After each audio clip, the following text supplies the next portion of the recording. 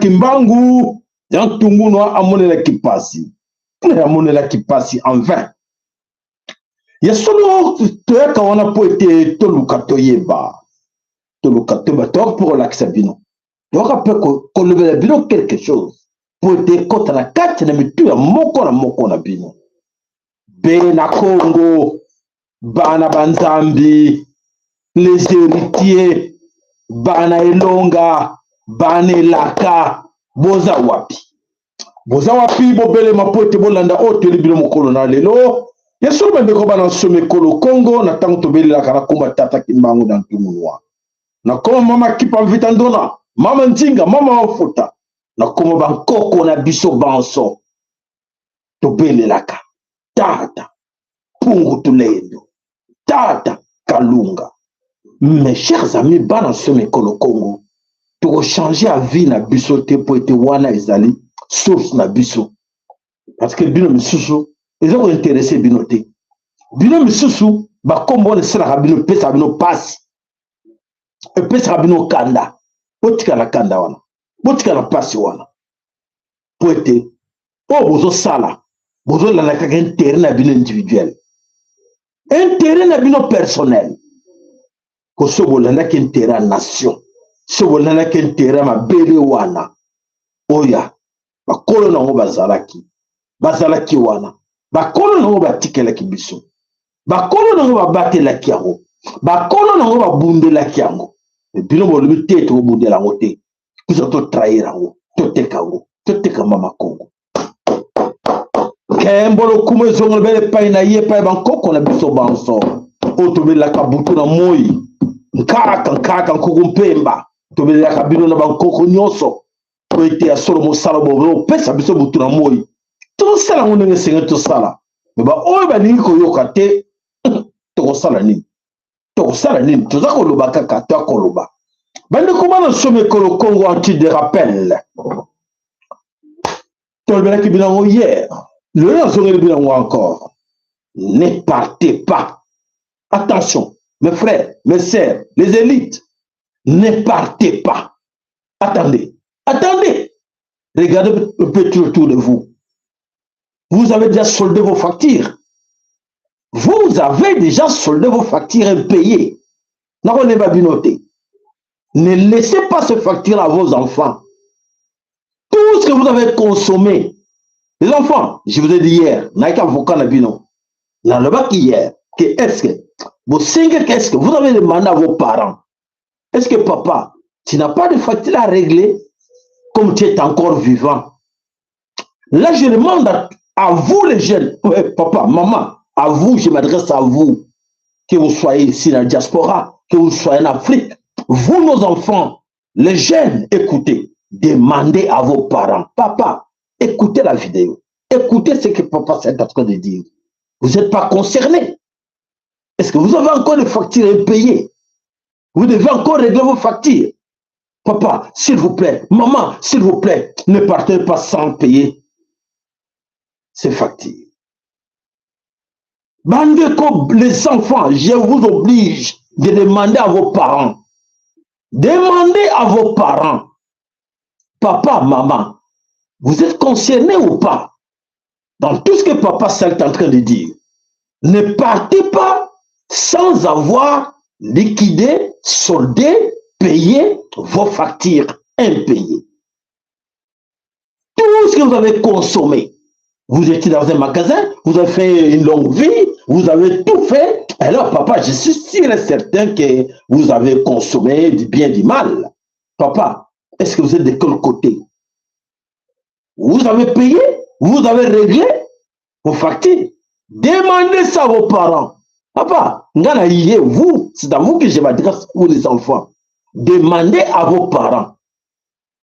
Demain, papa, pourquoi tu ne nous as pas dit? Sinon, j'allais demander à mon père, j'allais demander à ma mère. Demandez cette question à ton père comme à ta mère. Papa, maman, est-ce que vous avez ma facture na yon? Maman, est-ce que tu n'as pas d'autres factures à régler? Tout ce que tu as consommé, facture, je ne parle pas de la consommation, non, et facture d'électricité, facture, il y a courant, oh, facture, il y a maille, oh, facture, il y a voiture, il y a assurance. Non, je ne parle pas de ça. Je parle de Dieu. Hier, j'ai expliqué ça. Je parle parce que je parle de ce que je dis là. Je sais pourquoi je dis ça. Attention, posez la question à vos parents. Papa, tu as fait du mal à ce monde. Tu as fait du mal aux autres. Tu as tout fait, tu as gâché, tu as détruit tout. Tout ce que vous avez fait du mal. Depuis. Et papa, tu étais où? Tu étais en France, oui. Ah, papa, de temps en temps, il voyage. Il est en France, il est comme ça, à gauche, à droite. Papa, là où tu es parti quelque part, est-ce que tu n'as pas contacté des crédits, des factures à payer? Tout ce que tu as pris là. Oui, papa, oui, hein, maman, papa, vos parents, vous. Posez cette question à vos parents. Demande-les. Est-ce qu'ils ne se sont pas endettés là-bas? Ils ne se sont pas engagés là-bas quelque part? Engagés. Hein? S'engager dans quelque chose. S'engager dans des loges. S'engager dans leurs histoires, n'était pas moi. Je n'accuse personne, hein, mes enfants. Mes frères, mes sœurs, je n'accuse personne. Mais je vous demande de demander aux autres, papa, est-ce que les Français t'ont pas demandé de prendre ça et demain, ils vont nous réclamer? Est-ce que Congo, on t'a pas demandé, t'as pas donné une responsabilité que vous n'avez pas honoré ça parce que demain, ils vont nous réclamer ça que oui, votre papa nous doit parce que dans cette histoire, dans le karma, votre papa doit parce que regarde autant de hommes, ils vont les suivre derrière. Et vous aussi, vous risquez ça. C'est le moment qu'il répare ça. C'est le moment qu'il essaye de chercher. Ah oui, je fais du mal, je dois faire quoi? Je dois réparer. Je ne peux pas laisser cette faute-là à mes enfants. Je ne peux pas laisser ça à mes enfants. Demandez à vos parents. Là, je parle. Hein? Non, c'est un peu la bino. Vous, bino, batamato, il mangongi, les tétis. On va partager té. On va dire que de côté de côté, on va makamou et bimi, toujours comprendre dans mon té. Si on comprend dans mon té, j'ai un numéro de téléphone, appelez-moi. Si on comprend rien depuis Naza Koloba hier dans le bac, lui n'a zongue la bino yango. N'a évité ce qui t'attend le bini. Zamba Zoloba, parce que karma est allé. Le karma existe. Et le karma va frapper. Comment ça va frapper? C'est là où je pose encore la question. Est-ce que vous avez le temps hier? Et je répète encore aujourd'hui pour votre attention. Posez la question à vos parents avant qu'il soit trop tard. Posez la question à vos parents.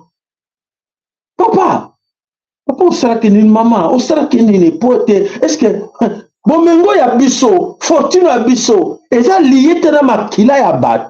On a fait encore parenthèse. Est-ce que fortune ya biso, bonjour ya yo papa, bonjour ya yo maman, et ça ma kila ya bat na katite. Est-ce que vous avez bien compris? Na fongole libino. Hier na souka kana baki makilate. Mais na tout le na bakisi. Tuna ye ndeko mwana jeune papa. Yo de lui non. Utoza na ba mi, toza ba ndaku, toza ba voiture, toza ba mengo tout, toza ba compte na banque rotonda. Tuna nanu motuko etangu saka voiture. Est-ce que zali ça mangwana yembango merci le vieux samangwana. Okukuta na mobile na nzela mona na voiture kanisi ke voiture solo nzoka ter moteur wana nezali molimo wa mutu zotambusa mutuka wana tuna ye papa voiture toza nango mituko toza nango eza milimo bato na kati te papa lobelaka biso le koke solité nzambe alobi tata lobi na bisa bino bana boyoka bango solité papa bana boko souffrir mwana yoki message abeta ngo kara oko souffrir. Et le moment où nous sommes comme mission, nous le nous sommes mokili. Mais tu le bango, tu rappelles à vous.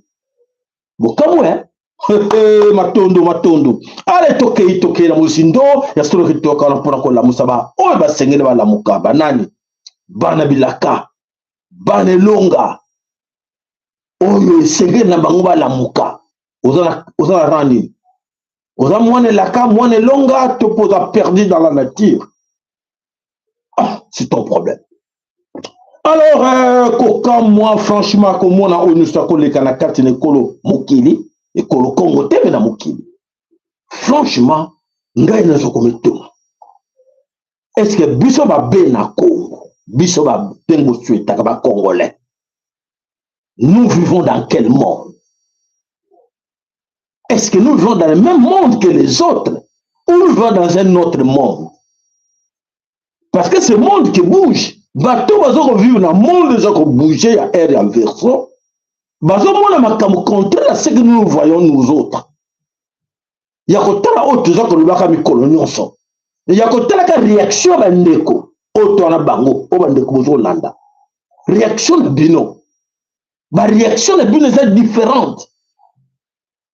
Par rapport, il y a bateau baza concerné dans ce qui se passe au monde.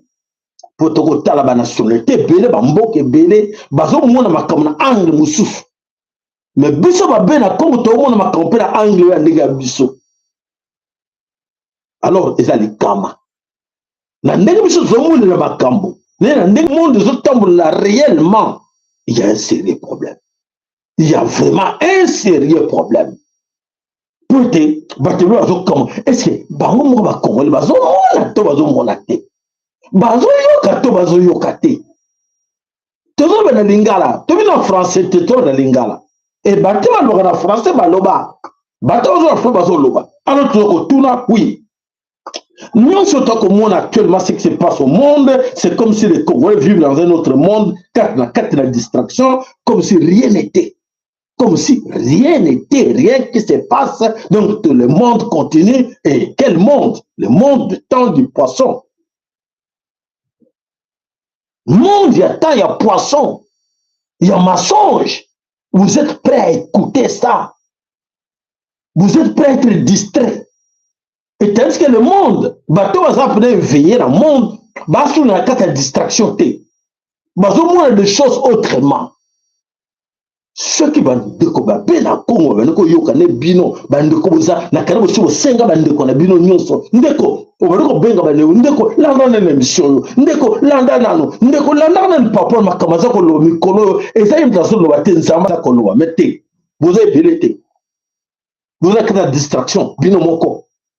Pour beaucoup de gens qui ont mission ko benga ndeko talanano pour ndenge sélection omoni njota muta moi c'est un tout ça ozo partager ndenge c'est ko partager de mission na biso mikolo nyonso to ba ke nzamba ba ki na songa nzamba ba ki lobela bango et to so lobela bango tata ki mbanga lobi lobela bango atata ngapenda so samusala nanga pesika na lobela bango nazo loba et ndeko yozo yoka ngai ndeko zo landa ngai ozo partager.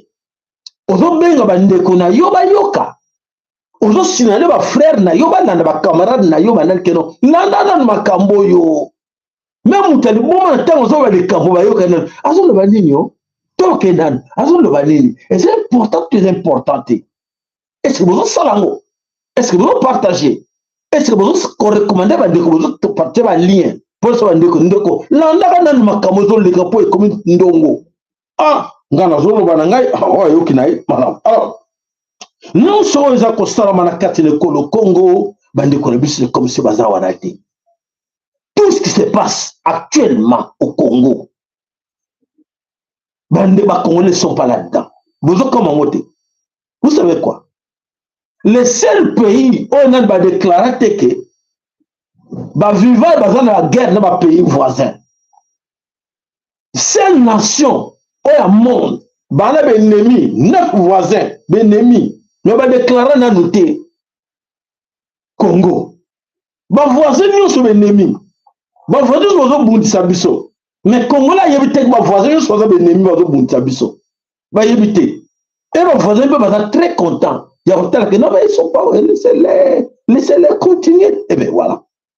Avec tout ce que nous vivons comme massacre, comme tuerie, comme atrocité, comme enlèvement. Nous avons vu la Congo. Et nous ne rien. Mes frères, ça vous dit rien. On a vu un porte tête calme. Écoutez là, yo. Parce que ce qui se passe au Congo, on a constaté de près de loin.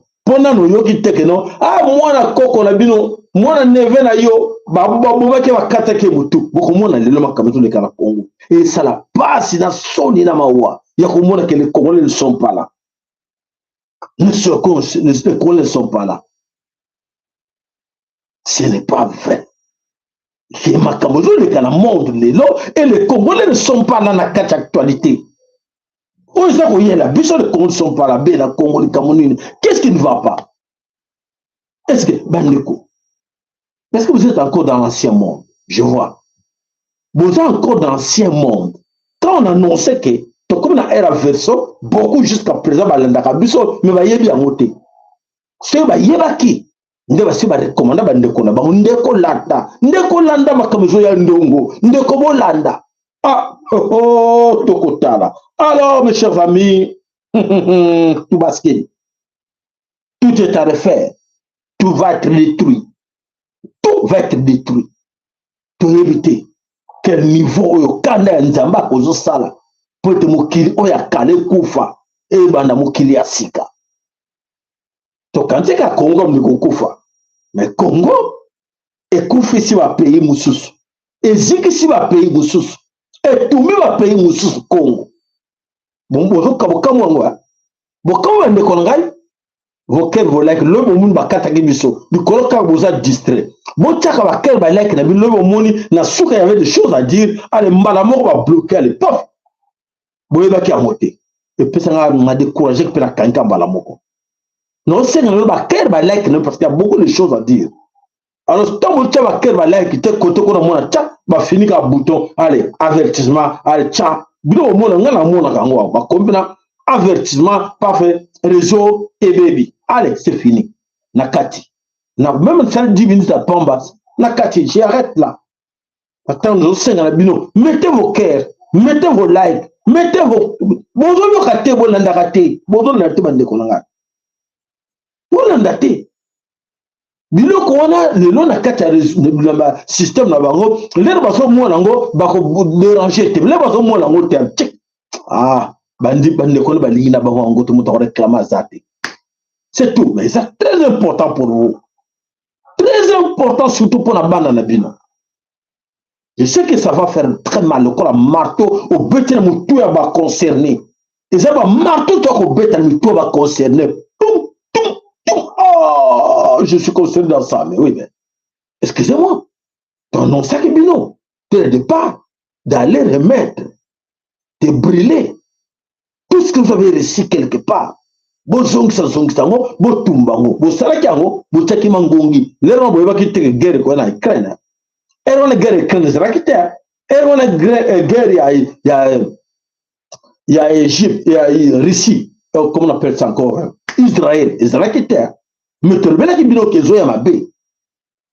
Tu sais que zo ya mabe. Bosta repentance, pour te makamezo ya mabe. Kombo yina biso pone, pas tout na solo. Bon, il n'a pas été, je vous dis la vérité. Quand on veut dire depuis longtemps, quand c'est que succès qu'on continue, ton nom ça qui binoté, fait l'hégémonie occidentale. Bon, lui, t'es à donc ça n'a été l'hégémonie, mais encore fort. Tu sais que l'hégémonie occidentale est si. Donc, nous l'acceptons. Bon, zongi ça, bon, zongi, tu y es pas qui en haut. Bon, il y a qualité au candidat, tu vas vantir. Mais le nom, comme vous sentir, bon, c'est là.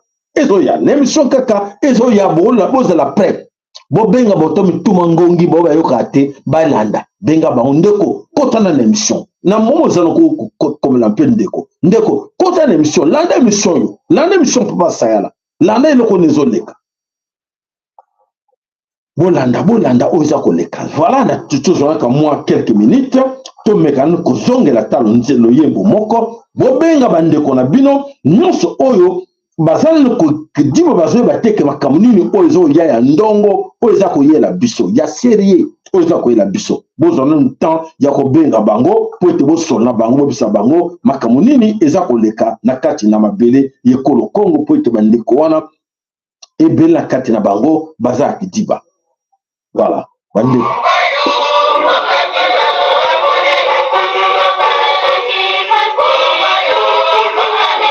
bobenga bandeko na bino bakota tokota en profondeur ya nyonso tokota na profondeur bobenga bango benga bandeko balanga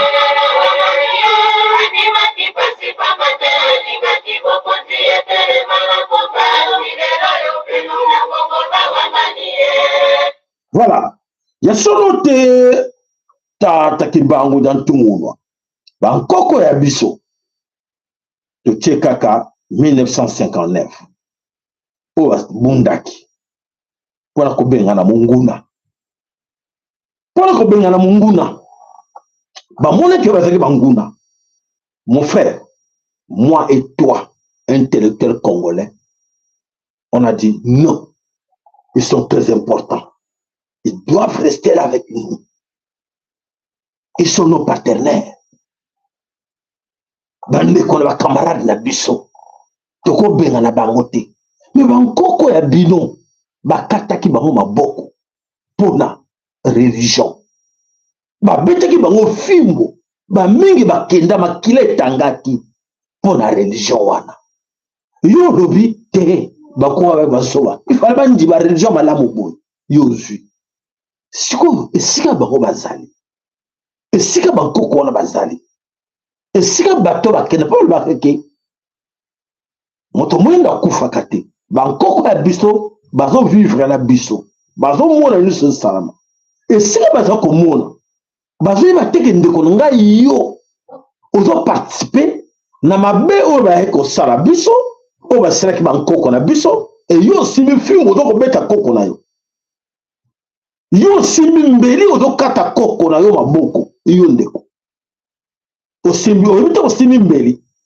oyebita kosimbi fimbo mpo bango bazalaka su te me yo tosala mosala wana bango basalaki ya mabe ya kokata bakoko no maboko ya kobeta bankoko no fimbo ya kotangisa makila bankoko na yo ya kofinga mosala basaki na 59 mpo balobaki na wi tolingiki mpwanda bobima yo lwi te botikala bino bolobi te batikala tolongola bango te baza bandeko na biso baagresser bokomiso bango bandeko na bino bana mama Congo matondo voilà bena Congo lamuka na pongi besika batiaki yo esika bakende kokunda yo esika bakundaki molimo na yo esika bamemaki ame na yo récupérer en sale fort lobaki te na lamuki papa sala mosinga na lamuki tout de suite là bon lamuka. Alors, mes chers amis, beaucoup parmi vous, vous allez croire encore dans ce monde, où il s'effondre. Et si il s'effondre, vous voyez s'effondre. Et ça, on dit même libérer à ma casse, ou même or, va fondre en haut. Donc, libérer comme une maille. Il y a la puissance T. C'est ce que veut dire, va s'effondre. Et l'autre, ma casse, mais comme une maille. Et c'est un gros monde, pédale, mais va fondre comme une maille. C'est ce qui se passe actuellement. Vous voyez bien, continuons. Alors, comme ça, on va vous reprendre du tout. Alors, la RDC se classe en ce moment dans les rangs de mauvais perdants. La RDC mort en abisson. Ils ont classé opponent rang perdant. Qui? Les Occidentaux. Auto annonce qui bino la chaîne que balobaki souko na bango koma. Tango souko na bango koma. Et que ça le kola ba beta ba cria makasi kola ba dinosaure. Wana ekulimu na bango mobimba. Américain mutalobaki yango. Banani bo baso diriger monde actuellement ba kanta ba grande puissance. Exactement ce qui se passe actuellement. Malheureusement, vous vous classez de leur côté. Vous avez Rawana. Rawana, il y a perdant. Rawana, il y a agresseur, il y a Congo. Rawana, il y a agresseur au Aboma qui banco qu'on a biso. Vous avez na bango. Et ça, malchance, malédiction, ou parce qu'il n'y a pas de visionnaire parmi vous, ou les gens ne comprennent absolument rien. Tolobani, Tolotoyeba, Binomo Boyeba. Qu'est-ce qu'il faut dire par là?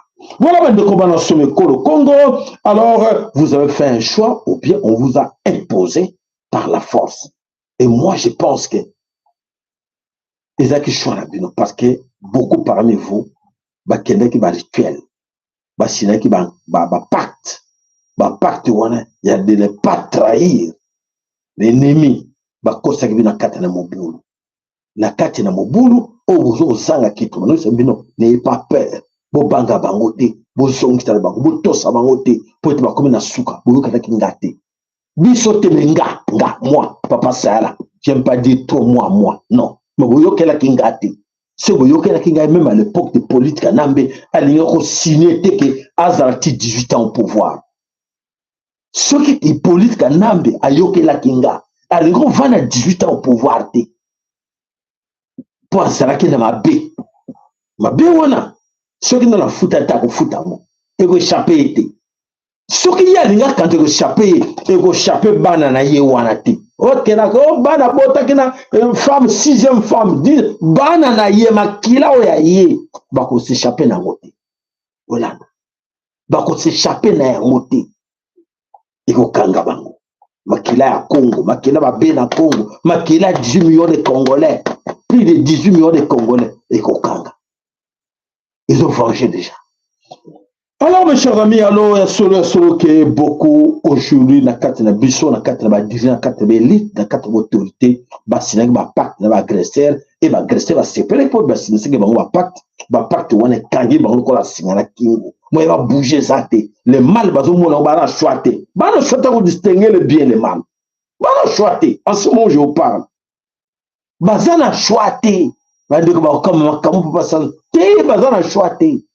Si vous avez un choix, vous allez dire, ah, la nation tout d'abord, ma belle tout d'abord, comment la Colanda, oui, c'est ça. Il y a un choix. Mais, Bazaraki, quand même, quelque part, n'a moins chance d'avoir sa repentance. Et je ne sais pas si que ceux qui t'ont dit, comme vous n'êtes pas encore attaqué, comme Carmen frappé Binoté, vous avez encore le temps. Je crois que vous pouvez faire à la dernière minute. Pour avoir la charge OET, responsabilité na bande na bino. Faites-le. Non, c'est na bino. L'amour tout ça na nzambe. Toni nga teke bana ba tiko souffrir. Bolinga bande na bino, je sais que bolinga bande na bino mingi.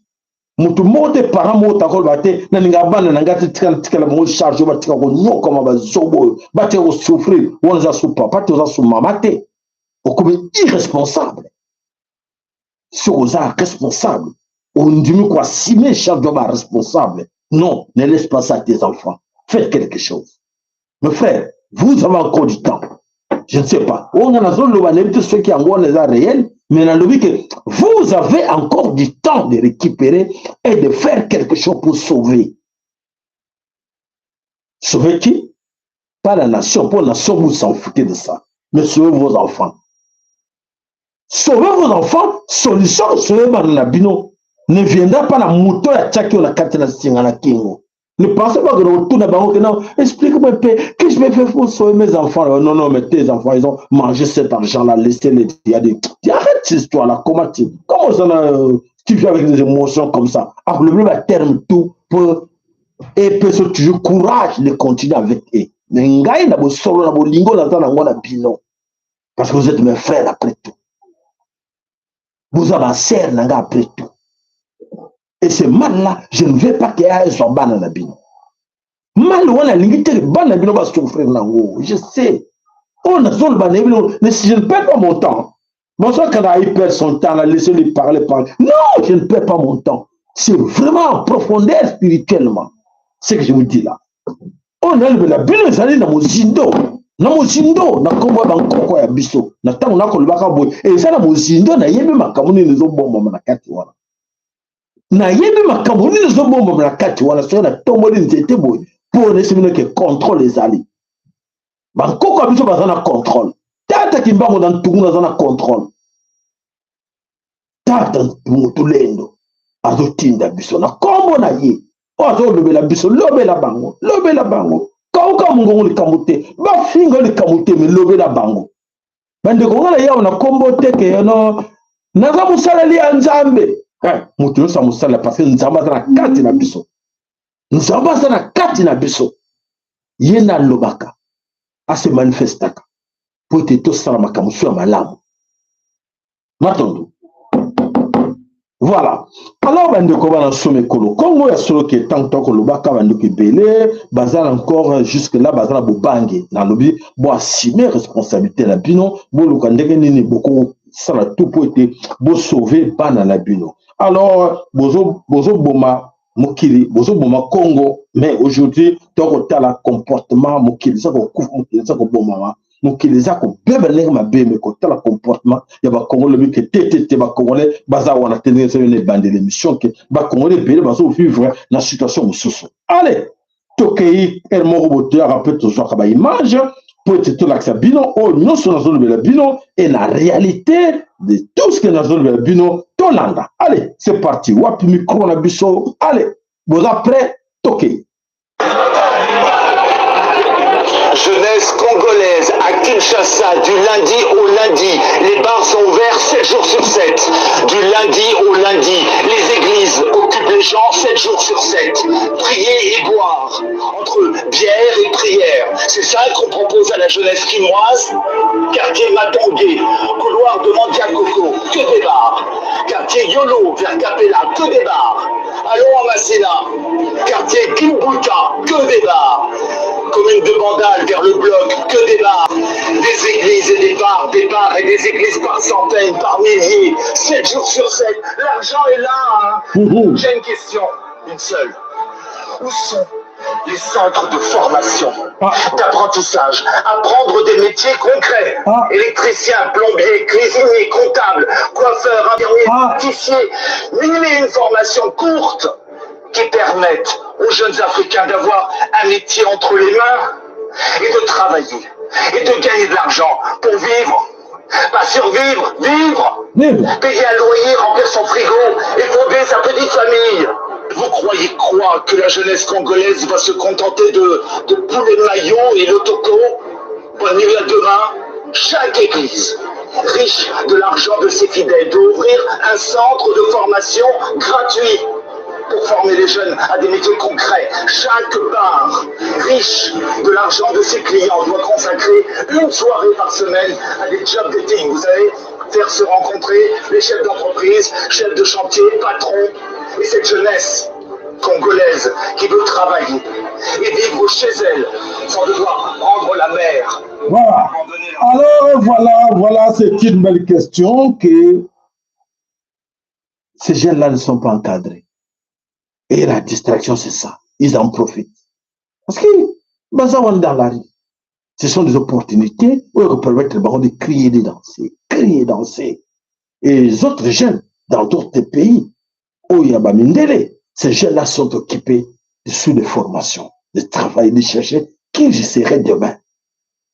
Bazo luka ndenge nini ya koluka mebiso abitete to mesana na biso te bo mesana ba yana bino ba mesana ki bazo na ndako ba parents ba na ndako ba koko bazo bunda ndako ba koko bazo mona te le pango mo za wana la plupart des parcelles où ils dans la carte de koloko mona bato bivant le pont on dirait que baton ba lali na ba nini comment on appelle ça encore ba immeuble mais bibi na ndako moko. Mais on m'a dans l'étage, mais plus de 20 personnes au Bimaka, plus de 30 personnes au Bimaka comme moi. Pour la banque, c'est pas méchant. Et les autres qui observent ailleurs, non, ils sont habitués comme ça, hein, qu'ils vont penser, non, laissez-les, ils sont habitués comme ça, mais on verra bien, mais de toute façon, qu'est-ce que vous voulez? Ils sont habitués comme ça, mais comme ils sont habitués comme ça, allez, voyons voir, c'est que ni mokile ko tambola, bango ba yebi ke mokile et de tambola ma bé, mais bango pour la bango mokile de tambola malamu. Alors qu'est-ce qui s'est passé hier? Hier, ce qui s'est passé à Kinshasa, football, les cas qui n'a qu'à Kinshasa, journée va déclarer Malamoko comme avant-hier, et les cas qui n'a boutou, et les jours après, le férié. Moutouma qui était férié. Et alors, et c'est la question, bravo les léopards! 52 ans après, comme si Congo n'a katina, si Congo n'a katina, Coupe du monde. Coupe du monde. Ah, en tout cas, bravo. Tu côté la Coupe du monde. Toujours Coupe du monde, n'est-ce pas? Tu confondre. Alors, qu'est-ce qui s'est passé dans le jour où on a Oyo, Moussala et les Kakité, Nakatina Kinshasa? Allez, suivez. Bon, bonjour Bandeko. Les lots bongo le 1er avril. En tout cas, Makambo et Salami, Lelo Namboka Nabiso et Salamakate, dans un état sérieux, on ne prend pas les décisions émotionnellement. Avant d'abord de prendre des décisions quelconques, il faut voir aussi des part et d'autres.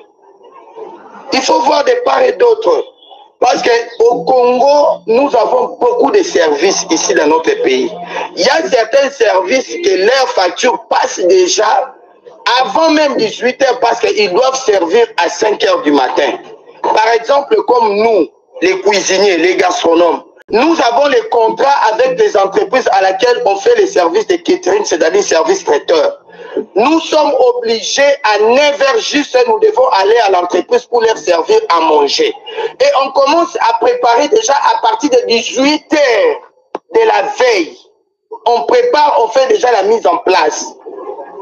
Et aujourd'hui, nous nous réveillons un bon matin, directement on nous annonce qu'aujourd'hui c'est une journée fériée. Et avec tous les dépenses que nous avons fait, qui va nous rembourser ça? Est-ce que l'État congolais va nous rembourser ça? Est-ce qu'on gère un pays avec les émotions? Est-ce que nous tous nous sommes censés d'applaudir le football? Nous tous nous sommes censés être des joueurs? Est-ce que pour juste la qualification, seulement, juste pour la qualification, ce n'est pas un quart de finale ou un demi-finale? Et aujourd'hui, tout un pays sont paralysés parce que les joueurs sont qualifiés. Et ils sont qualifiés. Papa, pas qualifié, ils sont pas dans césarienne. Déjà, tu commences à échouer. Pas qualifié, ils sont la prolongation. Qui vous avait dit, bah, Mathieu Koya, tu gagner? Matondo.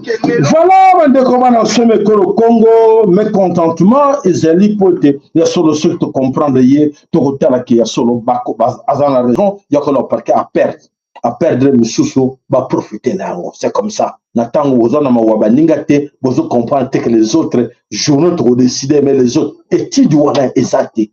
Et tu dois l'exacter. Quand il y a une émotion, allez, non, bien, allez, férié. Oh là, oh là. Est-ce que vous calculez bien? Nous aimons bien ces jeunes, nos jeunes. Tu aimais, tu lingas bien, le part de notre équipe nationale. Tu es fier d'Ango. Mais c'est pas comme ça, mes frères. C'est pas comme ça qu'on décide des choses. C'est pas comme ça. Journée fériée, pour notamment. Et puis, ça m'a raboité, la 4-4 à Boto, pour décider pour la lobby. Et ça pays, ça nation. Et ça les gablotés. Hein? Et ça boutique. Car non, le petit côté raté. Et même boutique, maman, on est boutique, le loco, t'es dans le fait, maman, abisso, mais ça, sont américains, on n'est pas dans yote, et ça, la passe, n'est-ce pas? Matondo. Voilà, mais comment on se met le Congo, Toké, Wap, Toké, na katina makamoza, qu'on est toujours, na katina mokili. Alors, voilà, les Occidentaux impérialistes nous obligent de se taire et de ne pas réagir face à l'agression rwandaise.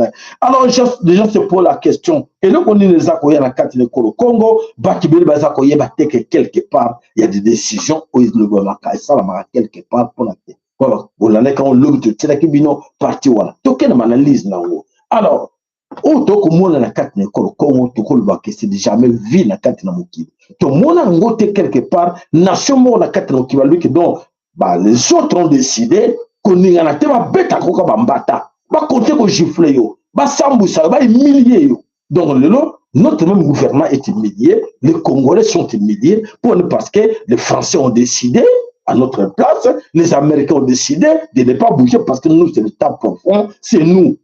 Et puis, c'est peut-être le vie qu'au vu de tout le monde, on doit aller toujours signer les accords à Washington, chez eux. Et ça, ce n'est pas Sinamawa. Alors, tout ça qu'on doit bouter, est-ce que tu dois continuer pour les autres, ça la sonne, c'est comme si tu es connecté, tu es connecté. Tu es connecté parce que comment? C'est connu de tout le monde que Baton va agresser à Congo. Et Bissot qui peut aussi contrer par la banque. Et l'activité de mon Kimobimake, Baton contre mon gifle Bissot en disant que oui, partage les années, Bango va juste sur les 53%, Bissot juste 3%, Rwanda juste 10%. Donc, la gifle, pas gifle. Tout le monde, mais tout le monde conseille le côté 62 ans. car dans le futur, nous bâtirons. Nous bâtirons des pays plus beaux qu'avant. Nous bâtirons. Nous bâtirons, hein? Ok, ça va. Voilà, mes chers amis, Bena Congo, aujourd'hui, la Kalissi, tous incapable, il y a non. Alors, si tous incapable, non, tout l'appel non, tous incapable de diriger. N'est-ce pas? Si tous non, tous souveraineté. Et que tous non, tous pays souverain, parce que souveraineté en nation, il y a pays indépendant. Est-ce que le Congo est souverain? Est-ce qu'il y a des autorités? Est-ce qu'il est capable de diriger? Est-ce qu'il va diriger bien? C'est suite à des choses pareilles. À côté, tu dis que non, mais qu'est-ce qui ne va pas là? Alors, Bandeko, bon revoir dans le système. Bon revoir le système, comment beaucoup ça là? Autrement. Autrement, pour la réputation de la mabété. Là, ce sont les conseils qu'on donne aux amis. Bon, mais quand on est là entre vous, que non, mais tout le mécanique, c'est ça trop sale. C'est ça trop sale, va salir Bissot. Les Français vont salir Bissot. Les Américains vont salir Bissot. En ce moment, ils ne pèsent plus au monde. Si je veux le gars, il ne pèse plus. France a le la batterie. Américain le va la monter. Mais Bissot, toujours respecté. Toujours banga bango. Na on va salir pour détruire Bissot. Et continue à nous détruire, à continuer à nous exterminer chez nous. Pourquoi la même image de la Nabokomona? L'image de la Nabokomona. Et la somme, et la passe dans ma voix. Tu dois perdre le cas à battre. Chaque jour, tu dois perdre le bateau. Pour l'année. Pour l'année, le faire. Qu'est-ce qui ne va pas chez nous? Est-ce que tu as la nation, tu as la nation? Tu as souveraineté, tu as souveraineté. Parce que le massacre, toujours les Congo, quelque part, ça commandité, n'a toujours candidaté, démocrate. Bon, la base, comment on peut suivre encore ça, Bandego? Bon, quand ils ont bon, c'est la diplomatie. C'est la diplomatie. Non! Non! Non, tu ça va te tout ça va te qu'est-ce que quelle diplomatie c'est que non? Oh, les sons la morale ou la diplomatie va couper ça. Biso, que biso to perdre kaka avec point mort ya muke, pas bien au Rwanda. Et menacé, donc 7 millions de personnes, ils ont menacé, ils ont torturé, ils ont exterminé plus de 125 millions. Plus de 125 millions de Congolais. Et les Congolais même, regarde, dans la distraction. Donc, si on a dit que Mboka, Kunabo, va se prendre wanate. Va se tomber wanate. Voilà. Les autres observent. Et tu veux Kuna quelque part. Ah, Kagame est très content. Allez à remercier Lopar, à souhaiter vraiment merci Ming Lopar, au salut fier.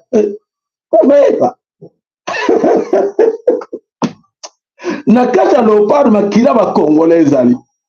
Ba joueur wana baza ba Congolais. Au pays azo boma kuna na est du nord, ti na sud, eza ba Congolais. On c'est se moquer des Congolais franchement. C'est se moquer des Congolais. Pour azo boma eza ba Congolais. On va mettre football. Qui vous dit pas que na kata bato zo boma ba bon joueur baza kati wana. On constate pas nerf. Il y a Congo, il y a Afrique, lobby. Non. Donc c'est beaucoup de boma bango. Donc, c'est se moquer de nous, ça. C'est nous insulter, en fait. Et ça insulte aux ça. Voilà, mes chers amis, et le Congo, alors, nous sommes une nation. Nation où les alliés n'ont pas visionnaire. Bateau, non. Tout va salir biso mingi et alors ça suffit et il faut que maintenant tout ça là autrement pour être trop continuer ndenge wanate. Alors, on y va maintenant, bateau, cœur sensible, attention, attention, les images vont suivre, tout ça, fort que bon, bien, tes images, moko, et ça dit que sangana makila, y a ba gêne, au baza ko sasa, au baza ko bomba na Congo. Alors, ba gêne, baza ko bomba, nani? Toke na, babengi mboka wononi, Kanyamaka Sese. Vous connaissez bien l'histoire de Kanyamaka Sese, mes chers amis. Je sais que vous êtes courant, vous avez le Kanyamaka Sese. Il y a eu des jeunes Babenga Kaba Kuluna. Le Kuluna de la ville de Kinshasa et d'ailleurs de Lubumbashi à gauche à droite, Bakana Kanga Bango, même Bango na Kanyamaka Sese. Alors ce Kuluna là travaille là-bas. Travaille bénévolat, promettait que Bango que non, tu vas le compenser, bino, le salaire, quelque part, tu ne peux se ramener quelque chose. Mais Banda va promettre Bango, bon Bango et Komakati. mbongo wana bakulu na wana bazwaka mote bakulu non même biso kaza ba mbongo mo ba miette ndenge bazalaka bapesaka na ba prison bapesa baso sala mo misala moko boye ba ko récompenser ba pesa mo mbongo mo ba miette mais bo baza na ba centre ba réfugié ya fa basala ba mpe ndenge wana oui ba mpe azwaki de wana très bien bravo basala kango mais ba honorer quelque part moto mo azo benda mbongo wana azo lia na soit ministre ya défense soit que au ministre de la justice, au ministre intérieur, tu évité. Nanazali responsable na bango, tu évité. Tu accuser personne, mais tu nommé quelque part, moko na bango, motazo profiter, ya kolia bambongo ba jeune wana. Alors, ba jeune bazo souffrir na kati kuna na kanya makasese, baza ko lela ke oui, to sale misala na biso promettre biso mbongo ya, mbongo zo yate. Alors, la suite c'est quoi? Allez, suivez l'image. Kisasa tofuta mate tomboki awa tomboki kata libembe bafuzi kuluna na basoda makase badenga bino na kisasa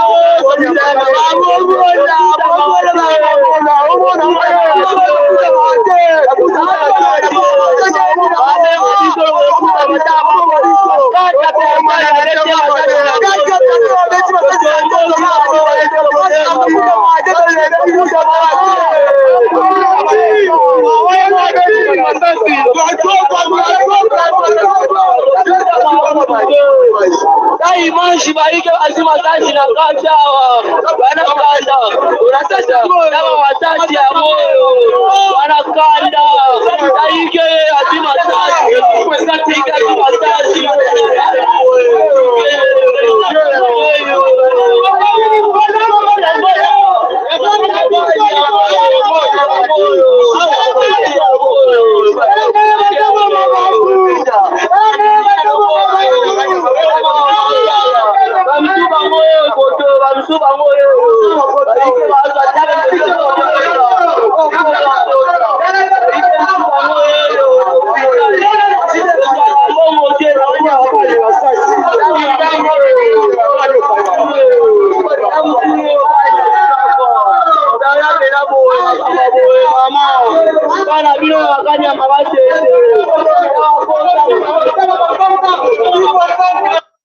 Voilà. Voilà les cas de makasese, batiluzo image, voilà, ba jeune kuna, ba kufi, ba que ba jeune ba tomboka qui peut être ba revendiquer, ba droit na bango et ba kufi. Voilà. La suite c'est ça.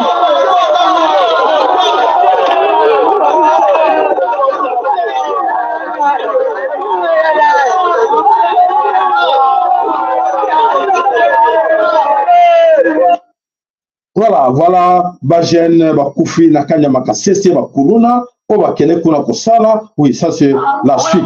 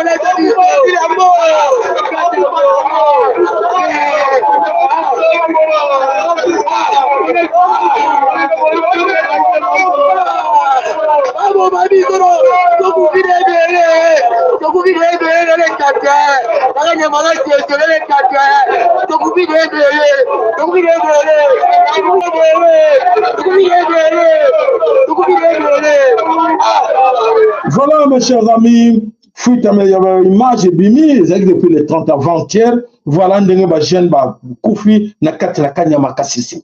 Alors voilà, bandeko oyo ezali ko salema yango wana eza koleka na kati na bele ko Congo. Ba like na ba ker na bino. Toke wapi?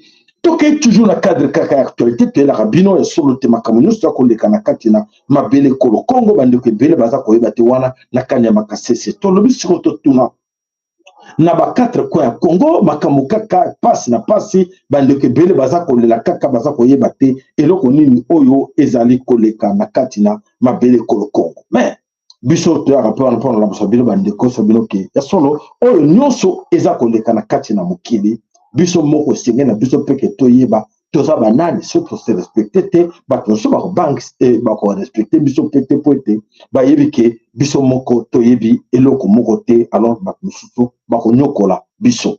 Alors tokei wapi tokei na kati na mokili ndenge makameza kotambola na kati na mboka nyanya na kati na nyanya ya solo eza passe ya koloba ke nyanya na éviter pour ba pesi biso précision te eza na kanti ezalaka vers Katanga bomona ki makameleka ki na no banda bunagana kote kola nyonso ekoma na maboko ya banguna basi ba kozwa mokili nyonso ekoma kuna boka banguna. Alors bato wana bagresseur bazoko avancer po ete bazwa sikoyo tokoloba Katanga na kati na kanyana. Je suis sûr c'est que vous avez côté ba ya Katanga. Qu'est-ce qui se passe là-bas na kati na nyanya? Alors bolanda animal c'est nyanya tombe nyanya déjà minute. Alors hapa tunakimbia nyanya hii hapa iko nyanya inakuwa matata. Alors pour l'instant watu wote ndio wanakimbia bakilezo yeye kima na nyanya hewe inakuwa mbaya sana. Nyanya yeye tombe na maboko banguna hapa watu wanaanza kimbia deja. Voilà, nyanya bakilezo yeye kima la suite.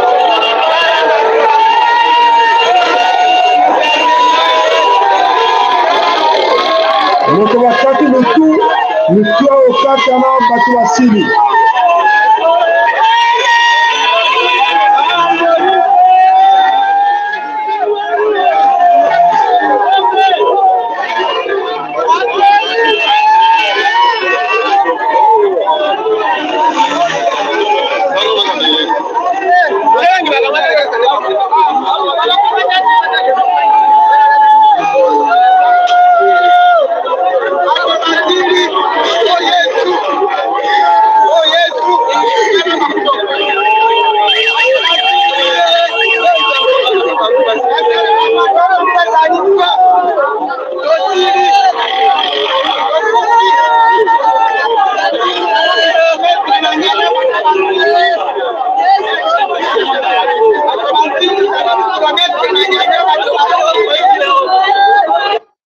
Alors na nyanya batu basili bibembe ya kosakana te bazo même susu na bazo tcha bango na ba moto ba corbière ezalaka te, vous comprenez. Donc ba kai bango ba sac pour ba kino village tout ça. Donc voilà ce qui se passe na kati na nyanya yango wana. Donc voilà bandeko tout un problème sérieux batu baza ko sila les autres ban ambiance na Kinshasa en ce moment là tant que ça image kuna na Kinshasa etali bango te. Il s'en fout. Ouais, le tel bangote, bakoufa nenge balingo koufa, bango et tel bangote, il s'en fout de tout ça. Mais tant que le bureau qui m'a comme ça, série à Kosaganate, on dit que le bazo koyebate. Alors, na kati na mboka ya solo na kati na nord Kivu, et donc on les a collés kakuna kata nord Kivu depuis avant-hier, donc depuis le premier, donc hier, pardon, depuis hier. Hier, na 6 du matin, ba soldat oyo ba rebelle oyo ba M23 ba kena ki ba sazarda ki ba lui nono ba ke nous attaquer ba groupe ba mai oyo ba ko benga le mai Lamuka ya général Machano ba kena ko attaquer général Machano na général Maroc Jean Machano général Maroc ba zone base de ba ko munene kuna ba mai alors ba M23 lui non toke do attaquer bango to déloger bango po te to botra mboka ba kutane naka bakata na surprise wana bazaki vraiment très confondu na réalité ko comme na terrain ba sous-estima ki ba mai ba ko mona fimu na bango donc bazu fimu ya ko sakana te alors na kati ya mboka Masisi na kota Masisi bazu fimu ko sakana te ba perdre ba te bila M23 ba perdre ba soldats ebelé na bango wana alors plusieurs soldats aussi au M23 ABC bazali pris en otage bande ba mai bazui bango en otage et ba soldats na bango ebelé ba bomi bango voilà to pesa kaka vraiment matono mingi na général Machado non Machano pardon voilà le général Machano na général Maroc voilà eza ba surnom na bango bazo bango bazo ko diriger l'opération côté kuna na ba mai Lamuka. Voilà, merci beaucoup, nos généraux wana. Alors, dans l'entretemps, M23 na M23 ba Rwandais, na ba Ougandais, ba sangani na kati na la stratégie moko. Na momo ki okoloba na kati na côté Goma. Ba sali nini to bisengi binango, ba niko bimisaka soit disant ba bimisa ba tala ba retrait. Ko expliquer ki yango. Ba pesi biso information que non, ba retrait wana oza pour ba distraire ba Congolais. Va distraire le gouvernement congolais qui va se faire retrait pour aller pour ma camozo l'état na katina Iran donc stratégie à retrait wana et outil et pas ya banani pas américain non pas français pour pas distraire les congolais pour être moment ils ont mal choisi moment ils ont paix faut pas calmer situation va calmer situation pour la diplomatie va calmer situation pour être que biso vous allez fort c'est un peu faible. Bazo calmer la situation parce que Monique bakene na deux guerres au même moment et chauffer bango na katina Estacon c'était le moment à en profiter pour le gouvernement congolais sur bazaki vraiment du côté du bon côté na kanzaki bon moment moko bien choisi au gouvernement congolais ko accélérer la démarche tout pour être bazan affaibli comme bazan affaibli Amérique est affaibli France est affaibli Allemagne est affaibli bango sont affaiblis et yaki moment pe na biso to chauffer bango Tobanga bangote, malheureusement, voilà, tous ont combattu comment il faut expliquer encore à nos amis congolais. Alors, tout c'est pour la biso karaba massacre, la biso, bobo marabande, on est besoin de bomba wana. Taloko na nyanya wana ba bomi, ba to sakanate ba tiki bébé, bamba c'est loin là. Donc ça doit bobo ba kei, ba kozonga la bango encore pour te ba continuer ça plan extermination. Oyo ba français ba na kati na ba bel, ba na kati système oyo ça la ba konde ko exterminer ba Congolais. Voilà, biso moko ba sur Congo, tout ça ko yebate. Donc c'est à dire que ba salba distraire bango mais dans l'entretemps, ba jeu stratégie, ba za ko mata vers Kisangani. Ba zo mata vers Kisangani, ba soda o ba bimisi na kati na Goma, ba zo mata bango mususu kota Kisangani, misu ba za ba bomba on na forêt pour être ba na chat des ordres ba bimité. Voilà pour votre information que Mutumo a cause bien noté que non, que ba soda ba bimi, ba M23, na ba AFC ba bimi, non, NON c'est faux.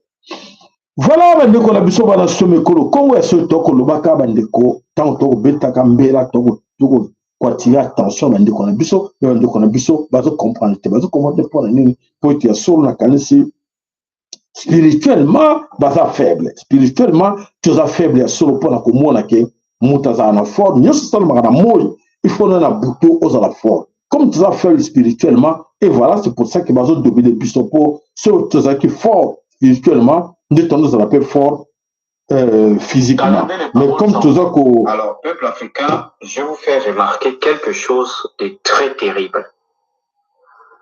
Vous allez voir les chrétiens aujourd'hui, ils prennent leur livre de commerce qu'on appelle la Bible pour dire ce qui se passe entre Israël et l'Iran là. La Bible en a parlé, la Bible a prédit ça. Ce qui se passe à Goma, la Bible n'en parle pas. Ce qui se passe en Somalie, la Bible n'a jamais prédit. Ce qui se passe au Soudan, la Bible n'a jamais prédit. Au Nigeria, la Bible n'a jamais prédit. En Haïti, les pauvres Haïtiens passent actuellement des moments difficiles. La Bible n'a jamais prédit. Même les médias occidentaux ne veulent même pas filmer. Les rares images qu'on a, ce sont les images des Haïtiens. Et quelques médias indépendants qui peuvent filmer. La Bible n'a jamais prédit. C'est-à-dire que vous, vos problèmes à vous, vous avez des problèmes d'eau, vous avez des problèmes d'électricité, vous avez les problèmes d'infrastructures routières, vous avez les problèmes de sécurité, vous avez tous les problèmes du monde, les pays africains. Votre Bible n'en a jamais parlé. Mais la Bible, la seule chose dont la Bible parle, c'est ce qui se passe en Israël, ce qui se passe en Iran ou ce qui se passe aux États-Unis. Vous ne trouvez pas qu'il y a une manipulation quelque part. C'est-à-dire qu'on détourne votre regard de vos problèmes pour mettre votre foi, canaliser votre énergie vers un peuple. C'est-à-dire que, est-ce que vous avez déjà vu, il y a une guerre en Afrique, un Iranien prendre son téléphone pour dire ce qui se passe là, vraiment, elle avait prédit. Vous avez déjà vu un Israélien du sommet de la... Aucun impact. Voilà, Wandeko, c'est ça, c'est ce qui se passe dans nos têtes. Alors, acceptons-le, c'est comme ça, on est né comme ça, et voilà, personne ne va changer, on accepte, on va continuer à vivre avec, oui, parce que là, les autres, sont relevés de bango, attendent que changer la bango, te pointe, na kata mitu na bango, et tikala ndenge wana, mais, et tikala ndenge wana, et bango moko baza koloba. Vous êtes prêts? Vous suivez? Molanda, vidéo na otela bino sikoyo. C'est la fin d'un cycle de domination des Occidentaux qui a duré 5 siècles. Elle a commencé en 1492, le début du siècle, au moment des grandes découvertes, de la domination maritime, de le début de la colonisation. Elle a changé, mais tout en restant dans le même ordre d'esprit, en 1945, avec l'institutionnalisation faite par les vainqueurs. C'est la création de l'ONU, de l'OMC, du FMI, qui sont toutes des organisations dans lesquelles les vainqueurs sont privilégiés par rapport aux autres. Ensuite, on a vécu de 90 à 2010 l'illusion, la mondialisation heureuse, comme disait Alain Minc, où on a vraiment cru qu'on était rentré dans un universalisme libéral, et puis maintenant, 2026, la réalité nous tombe dessus, on est dans la rupture. Le modèle occidental qu'on a utilisé depuis donc fort longtemps, depuis 500 ans, ce modèle n'est plus structurellement le modèle dominant. Et ça, c'est une réalité. L'architecture internationale héritée de 1945 ne reflète plus la réalité démographique et économique de 2026. Et on voit bien, quand on regarde les chiffres, on voit que le basculement du centre de gravité du monde, c'est plus, parce qu'il n'est plus en Amérique, ni il n'est plus non plus en Europe, comme il avait été bien avant. Eh bien, les fameux BRICS dont nous parlons, vous savez, Brésil, Russie, Inde, Chine, Afrique du Sud, Égypte, les Émirats et les autres, eh bien, ces BRICS aujourd'hui, ont un chiffre d'affaires, un PIB, si je peux dire, par PPA, un PIB supérieur, largement supérieur à celui du G7. On est passé, on avait 2 points d'écart, on est maintenant à 7-8 points d'écart à l'avantage des BRICS. Donc, ça veut dire que c'est eux qui sont les acteurs numéro 1 du monde. Voilà. Alors, merci, Zamoulaï, moi, que tiens-nous ces années, de dépendre de temps. Alors, mes chers amis, je pense que des intellectuels congolais ont suivi ça. Alors, qu'est-ce que les intellectuels congolais vont tirer comme conclusion? Parce que là, les Blancs disent la fin des 500 ans de domination occidentale a sonné. Donc, Balubaki, la fin de l'hégémonie occidentale, et même, et c'est là. Nous, personne ne croit en ça. Chez nous, les intellectuels congolais, réfléchissent maintenant à l'histoire. Ah, moi, je suis historien. On dit que non, mais l'Amérique est la plus puissante armée du monde. Oui, Bishop, on considère que la plus puissante, rester là. Mais ce n'est plus ça, c'est fini, mes chers amis. Vous rêvez encore, vous continuez à rêver encore, vous êtes tout là. Vous êtes tout là, en ce moment, si le monde de grand bouleversement est là, le monde bouge, mais vous pensez toujours dans les illusions que oui, les Américains sont très puissants. Les Américains n'existent plus, c'est fini, c'est l'effondrement de l'Empire. L'hégémonie américaine, c'est fini. Tout le monde s'est libéré. Combien de fois libérons-nous de ces gens-là, ce sont les plus méchants du monde. Ces sionistes-là, barbares, ce sont ces jeunes qui faut même savoir se confier. Il y a 10 ans, 15 ans passés, qui nous croyait? Demandez-vous, tu es venu en Swahili, tu es venu en Chiluba, tu es venu en Congo, to bena lingala to ba so munoko o biso to yoka moi muke yango toujours le la bino lingala biso toujours yoka na moi quelques français toujours adapté munoko batimisu mais tant toujours la image o bino lingaka munoko bino ba adopta culture bino ba adopta ya malamu o bikisa bino na bana bino ya wana ya ba français ba français bazo lobake non c'est fini 500 années de domination mais les Congolais refusent ça. Vous devez comprendre. C'est là où vous autres, quand vous ne partagez pas le message pareil, il y a qu'est-ce qu'ils vont faire ensemble? Tolingana au moins. Tolingana peut combattre, mettre hors en nuit Congo. Vous allez laisser ça à vos enfants. Ça vous allez laisser à vos enfants qui vont soumis dans l'Occidentaux. Mais, évitez. Là encore, nous avons les aussi la gangue, nous avons utilisé ma monnaie pour le faire comprendre que non, ma belle est à biso, banco va tirer sur bundé la tiango, biso zoro yuk ça va coco wana soni. Donc le bateau le mumba soni, toujours que ça kimbangu soni. Tout c'est égal. Maman qui peut vite zoro soni na comportement na biso. Tout va soni. Tout ça. La sous na sens nini pote to comprendre ah te bana biso baso bamde comme so ay kansa ke to lo non kaka bango ba sa bana na bango ye musabi ngana zana ngoko to makona te na kenango hegemonie ke na komana ke na ngate ko ba loge na kero simba kisite mais ye ba peke ko enseigner bana na yo ko laksa bango po te fo ni se ba le la bango ba yeba ke mokile zo ke ndenge nini po la plupart bo bazo salama be soit ba parents informa ki bango te biso soit parents ba liberté biso te mais de découvrir que non réalité ça boy en face ba parents ba yeba comme toujours le non papa na yeba ki na yango te papa na yeba ki yango te maman na yeba ki yango te si nous nzamba polinga ke na yeba ngona profondeur. Pourquoi la garde en Gangamoko? Pour les lignes, la garde en Gangamoko, la personne, tu penses, tu partages, tu peux te comme belé. N'a pas d'égoïste. Bato ba garde en silence de ma camabo, bato égoïste. A dit les gars, il y a bien un tika baba son, a tel peut-être à l'équipe. Mais gars, on cocaté. Non, on cocaté parce qu'il y a un binomi. On a un ben à Congo, on a un Congo, on a un mama Congo. Il faut faire, il faut partager. Vous ne pouvez vous encourager à partager aux autres. Que tellement comme vous la bisto. Vous autres pensez c'est comme ça que les gens se moquent de nous de partout. Qui battent au peuple, on dit que c'est ça. Parce que vous avez talent. Tout le monde est pour la match. Mais tant que vous qui lobby la match. En 1959, Batombo qui a match.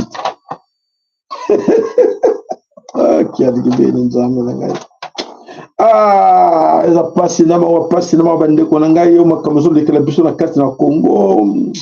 Ah, Mindere bazo sakana la biso mabe, bazo sakana la biso parce que il n'y a pas de visionnaire. Mes chers amis, tous ça va visionnaire dans ce pays-là. Certains va visionnaire, ne va qui baonos. Voilà, tout ça divisé moutamou na bego na yazo ya na va utiliser. Tenga frère zambo, tikana ba pouvoir pesa ngambo, tikana ba pouvoir pesa ngambo. Les opposants, bazak, barouni chose au marché kakana ungo. Mbongo, l'argent, mbongo, mbongo, babia vert, tout ça, barouni, mais tout là-bas, son, passe na maoua. Tout à l'essai boké, nangoa. Tout à l'essai boké, n'a pas billet vert, one. Ok, m'voit mon boulot, kaki, tout à l'essai boké, soukanan. Pour bozo yokate, tata, zo, bien bozo yokate. Maton. Voilà le combat dans ce Congo, Bolim Simingi, ça fait vraiment ça passe mingi, il y a vraiment la question que le bas, les bandes de les bases au Yokate, au Ils n'ont presque rien inventé. Ils sont bons que dans les disciplines sportives et artistiques. C'est pourquoi ils ne sont pas assez rentrés dans l'histoire. On verra bien. Allez à la page 27, au chapitre 3, et lisez-la. Quoi que les écritures ont disparu? Mais elles sont allées où? Que se passe-t-il? Il se passe que l'Afrique a repris ses écritures, vu qu'elles n'étaient pas assez rentrées dans l'histoire. Maintenant, vous allez lire et écrire sans elles. Que se passe-t-il? Le GPS, il est allé où? Il se passe que l'Afrique a repris son GPS vu qu'elle n'est pas assez rentrée dans l'histoire. C'est grâce à moi, Gladys West, que tu réussis à circuler sur les routes. Et maintenant, tu te débrouilles. Voilà, monsieur, j'ai terminé. Enfin, une vraie ampoule. Vous êtes qui, vous? Je suis Lewis Latimer et c'est grâce à mon travail que tout le monde a des ampoules durables et de la lumière non-stop. Et aujourd'hui, on n'a presque rien créé. Papa, t'as vu ça? Mais elle est allée où, la plaie? Cherchons-la. Ne perdez pas votre temps, il n'y aura plus de plaie. C'est grâce à moi, Jerry Lawson, que la première console est née, et on est bon qu'au sport. Vous êtes le berceau des sciences et de l'humanité. Vous avez plus de pouvoir que vous le pensez, alors utilisez-le. Ils n'ont presque rien inventé. Ils sont bons que dans les disciplines sportives et artistiques. C'est pourquoi ils ne sont pas assez rentrés dans l'histoire. On verra bien. Voilà. Allez à la page 27, chapitre 3, et lisez la voilà bandeko nasalaka effort na niveau na nga oyo ke na bokoki nga naza nango esengaka ke nalakisa bino biloko mosu ya boye emeka kolamusa esala kwa l'éveil spirituel na kati ya moto ya moko na moko na bino mpo boza affaibli aliénation mentale faiblesse collective oyo esalaka ebloka mitu ya mingi na kati na bino bozo penser que non tout pour moi, rien pour les autres, je vais gagner. Non, tu ne gagnes rien, mon frère. Mets ça dans ta tête. Tu es grand-père, tu es un grand perdant. Tu es un grand perdant. Tu crois que tu vas gagner dans l'égoïsme, dans les divisions. Hein?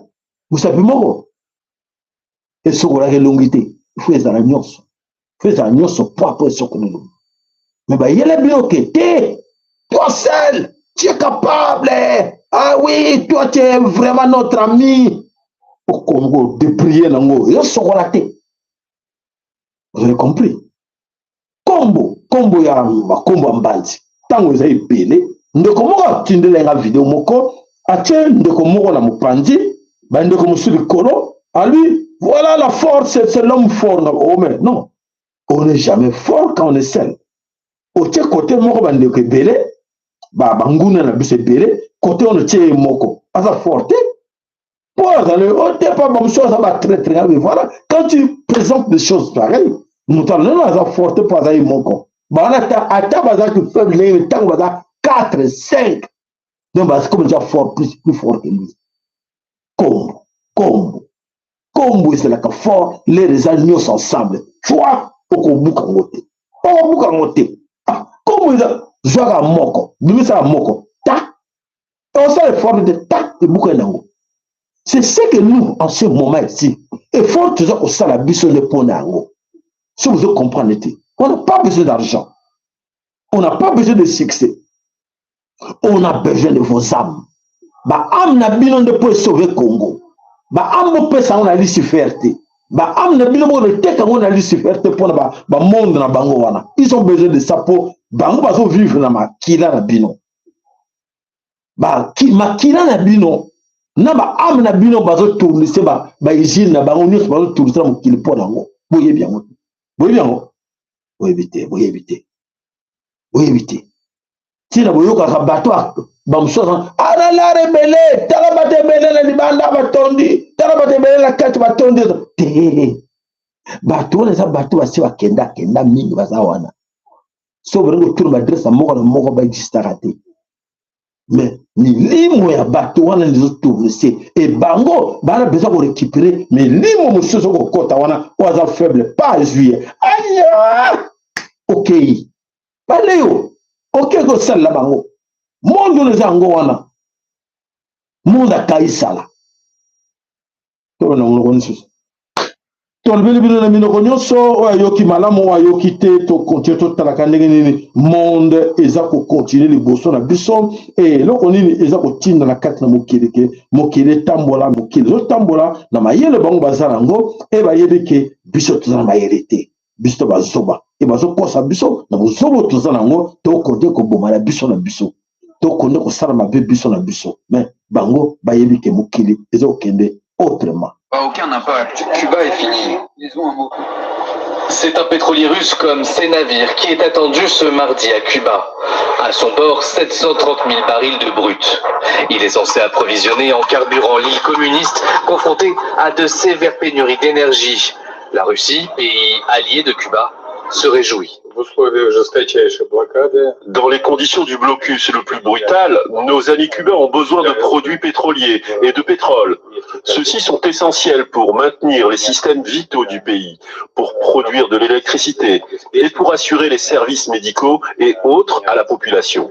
Voilà la crise annonce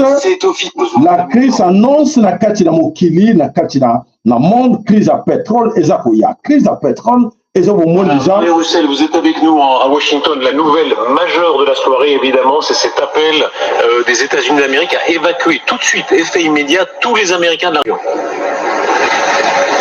Oui, tous les Américains de la région, parce que c'est une liste de 14 pays qui a été donc publiée par le département d'État américain, appelant les ressortissants à quitter immédiatement par les vols commerciaux ces 14 pays. Alors parmi eux, il y a des pays qui ont été ciblés par la riposte iranienne et où on le sait, les citoyens américains ou les zones de représentation américaine comme les ambassades, par exemple, là on a entendu en Jordanie, peuvent être des cibles. Mais autre interprétation, eh bien c'est aussi que les États-Unis pourraient préparer une attaque aussi d'ampleur parce que d'autres pays comme l'Égypte ou encore la Syrie dans cette liste, et c'est assez en ligne avec ce que Donald Trump a annoncé, que la plus grosse vague de cette intervention militaire en Iran n'était pas encore passée, qu'elle aurait lieu dans les prochains jours. Voilà, Marion Roussel, vous êtes avec nous à Washington. Voilà. Alors, mes chers amis, qu'est-ce qui se passe au Moyen-Orient? Alors, ces gens jouent avec du fait. Ils jouent avec du fait, c'est-à-dire que ça va jouer la bango, ou moto. Et voilà, on verra bien. Alors, biso bato oyo, toza teye makama moto na bango wanate. Quoi faire? Il faut que ça la prudent nango oyo koya. Pour nani parce que Iran a lobby azali la bombe atomique. Andimi yango na la bombe atomique. Na capable d'atteindre États-Unis d'Amérique à tout moment. Ba meka ba blasa ba missile na bango à gauche ba super ba s'organiser ba za capable d'atteindre États-Unis d'Amérique. Mais les Américains dans l'air de leur folie ba bi tétété ndenge te choué tout ko nimisa bango na bombe atomique. Mais attention, les alliés d'Iran va ça bien préparer. C'est-à-dire que une fois les Américains lancent quelque chose et que bon Iran mo bimbate et comme on sous ville moque détruire tous les alentours. Bon, les alliés d'Iran vont lancer le même objet, donc bombe atomique de même, dans l'État américain. Vous comprenez ça? C'est-à-dire le risque est là. Donc c'est-à-dire que le risque est que Brésil soit région, donc le monde entier. Tout le monde déjà, tout ça on a permis na 3G en gros, ekoya yango ekomi pemeni ekomi ke l'air avec bon te sengi na bango na 17 pays babimisa ba ressortissant na bango nyonso o bazala 14 pays kuna babima les autres aussi lui attendez voilà bon bimisa bango OK c'est bon on est d'accord bon bimisa bango bazela siko bango banda po bango nyonso bazalango bango nyonso sauf ka ba bwana bo boye kaka Iran zalango Iran pazanango et vous allez sauver. Ça veut dire que monde est au Kenya on a poussière. Monde est au Kenya na poussière. Donc c'est à dire que nous sommes dans le lobby bande ko no landa bisoté to commune sika yango. To commune sika yango est-ce que êtes-vous prêts? Êtes-vous prêts na Congo? Yako te guerre et comme on a Congo te pas maboka nzambe. Mais fimbo il y a énergie. Carburant. Est-ce que vous comprenez ça? Non, préparez bino. Carburant. Bande ko na bino, bande ko nous tous na carte même na lipanda, ko bakango ezo ya moto. Les apprendre bac c'est une réalité. C'est une réalité pour ego senga ke ba payer ba kota na carte na des autres to beti kuna, to beti Union européenne, to beti kuna. Donc ba yebi bango nyonso ndenge ni makamazo tambola. Biso za na kitiba. Biso zo la pour le bango, bazo sala ba yebi makamazo leka. Alors, c'est à vous maintenant de vous préparer à Goyebake, Makambo, Ezakoya, et Kosala Nengenini. Est-ce que tu se prépares qui n'a côté la bise de Sala Nengenini à ce moment? Botaraka, le nouveau, tout ça, le col la bise na Congo, tout ça va dernier. Bise na bise va dernier. Tout ça, qu'on est le baté. Va ne soyez la bise au Kei. Eh, Kei, la gauche, Kei. Voilà, coûte Arménie, les gobundes, la bise. Arménie, les gobundes, la bise. Donc voilà, il est grand temps. Donc voilà, nous sommes là pour vous informer, nous sommes là pour vous savoir. Mokili les autres tambola, préparons-nous au pire oyo ezali koyela biso liboso totyape totya elika na baoyo ya biso banani bankoko ya biso bango nde bazoyeba na mondo ya bango mpo tana bakimisaki bitumba nde ezalaki esi chauffela biso wa nde se chauffela biso kala metala babandi yango Ukraine Russie ye wana bazobetana kuna na Moyen-Orient nyonso wana mpona koepargne mboka babolole bankoko bazoepargne biso tata kaluku bazokoepargne biso nzambe bankoko bazokoepargne biso alors topesaka ye matondo topesa bankoko oyo batobelaka mikolo nyonso matondo mpo ete baza na biso elongo oyo baza kosunga baza kobatela biso baza kolakisa biso nzela topesa mo matondo topesa tata kimbango na ntungu na matondo tosimba mwinda na ye tokisa ye solo te topesa yango mwinda liboso ke aza ya biso azobatela biso na motu to mpe na moi bato wana oyo bayelaki biso nzambo ya bango moko bomoni bamosusu bazokosaka non eyebanaki okindeka lobi bazalaki ekomamaki na bino bakosala ndenge wana ekomaki na bino basala ndenge wana banani basala mobulo na monde entier bango wana ebongo bango bana nzambe baignorant des ignorants surtout na bacongolais babolole baignorant donc mpo na bango tu argument wana ke non ekomamaki ndenge wana wana bakongolais bajango peta bana na nzambe te mais bana na nzambe basala bitumba na monde entier koyiba biloko bato na monde entier kobomisa mokili mobima basioniste bana nzambe bango wana nzambe okoka desordre nzambe okoka bitumba setobosonaka koba ndeko na nga mponi kibolole boye nzambe okoka alingaka pe te nzambe nini ayi donc oyela biso lepe awe alobaki yango bango bino boyebaki yango te awa nayeli bino la pe te nayeli bino lepe ekodivise bino omoni bakosa bino te bakoma mais vous allez vous comprenez à travers confusion na kata mitu voilà matondo na bino matondo bo nyonso bande kona biso bonso o ba mesela kona na chaîne na biso o ba suite na chaîne na biso nzambe tata pambola moko na bino pote grâce na bino grâce à moi mikebo bo daka biso na chaîne na biso nzambe pambola bino eza motoki na bino matondo mingi to sera te to lukana ya mingi mais to seka mikebo na to futa courant to futa internet ya solo matondo epai na papa na biso Willy na mama na biso Marina Kat na Dallas matondo epai na papa na biso Francis Bitodi na mama na biso Mika sako matondo epai na mama na biso Nanuru sako matondo epai na mama na biso Masuka matondo epai na papa na biso Steva matondo epai na papa na biso Mukombo sako matondo epai na papa Michael sako alors to bosante mama na biso ana lusako eno sako matondo epai na yo mama ana lusako eno le sako matondo na ba oyo nyonso ba mesala ko soutenir chaîne na biso papa na biso Willy Kaenga aza na biso longo atika biso te to bosani te ndeko na biso papa na biso Mena alors to bosani te papa na biso Nestor Jackson to bosani te papa Benjamin mama Moseka to bosani binote donc toza ko sala po que biso to yeba monene ya tata onene ba nkoko na biso po ete to matisa lokumu na bango liboso po ete ba ya pembe na biso ba yoka biso babatela biso basunga biso mpona ekomokolo sino te na biso moko mawa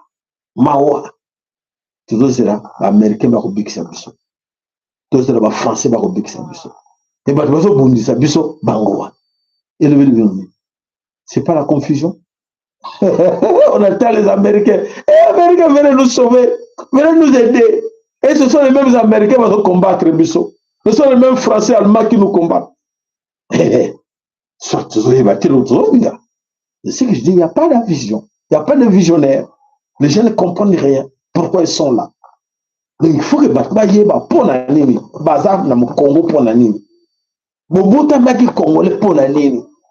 Pour l'année, Batchaki Bilembo, Tchaka Mboka, Bobattre ma belle wana. Et ce que vous battez la montée, on s'en emponda. Matondo. Voilà, Matondo la bino soto kutana mokona lobi nzamba pambora mokona bino. Alors ingeta ibobo